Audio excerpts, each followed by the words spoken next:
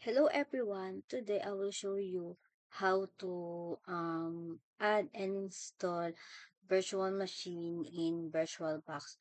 First, we need to open the VirtualBox. After that, click New and name Joanna PC. Then, awan kong folder ilagay dun sa bago kong ginawang folder which is sa desktop. Ang pangalan is Juana PC.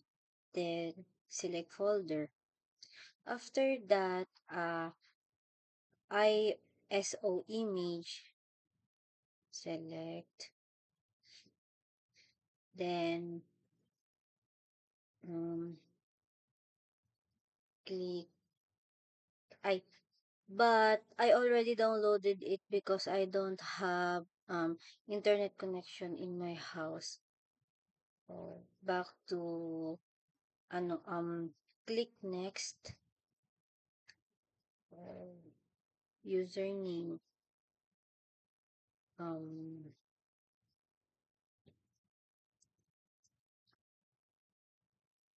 Juana, password is F I Juana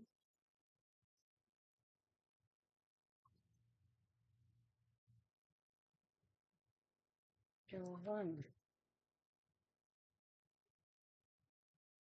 and then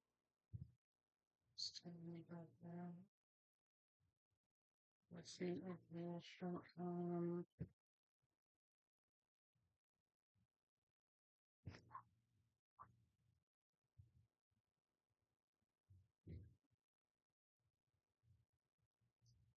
then next. And here, hindi ko na i-adjust ito dahil ito lang po yung binigay na recommendation ng ng aking laptop. Then click next and next lang ulit and finish.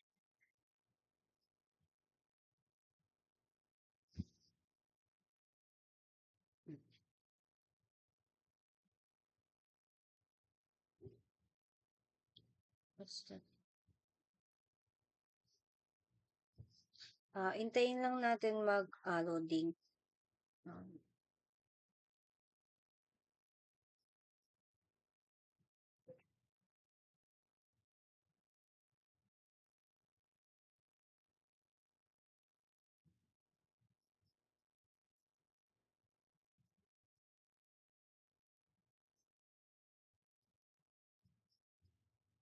Yan.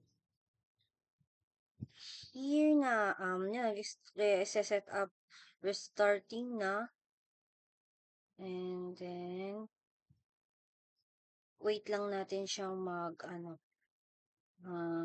set up. Yan, installation na.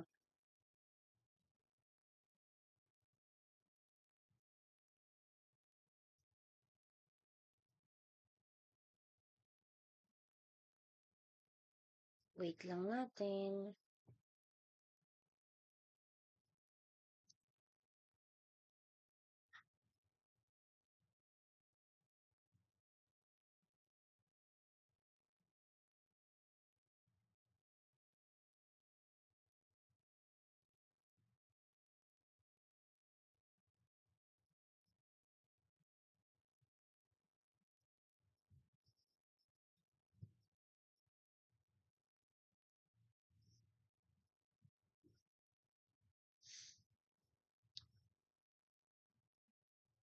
Wait lang.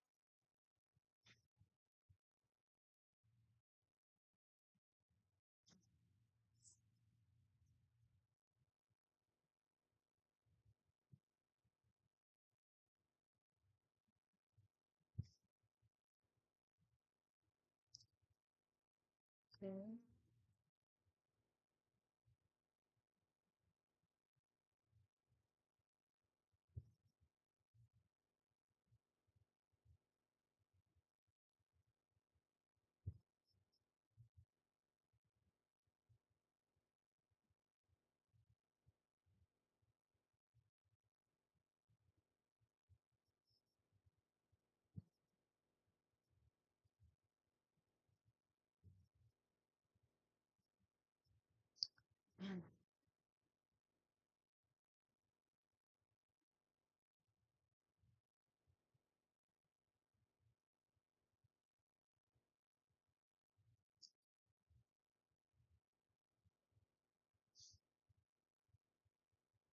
Yan.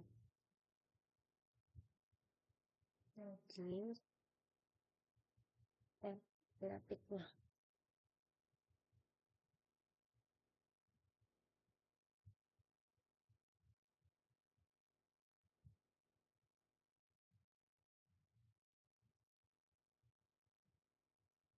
And here, almost done na.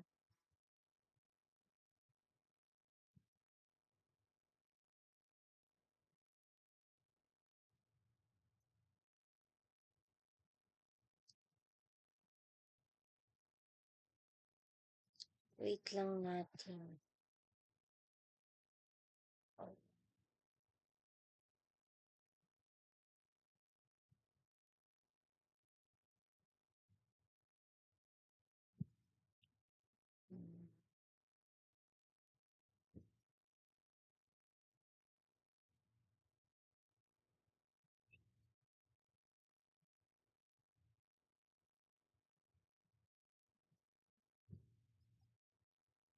Yan.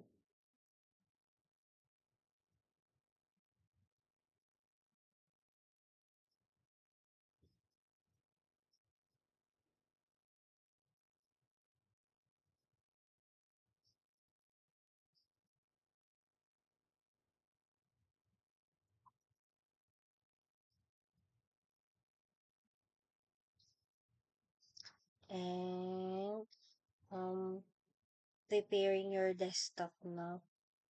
Wait po muna natin yung, yung loading.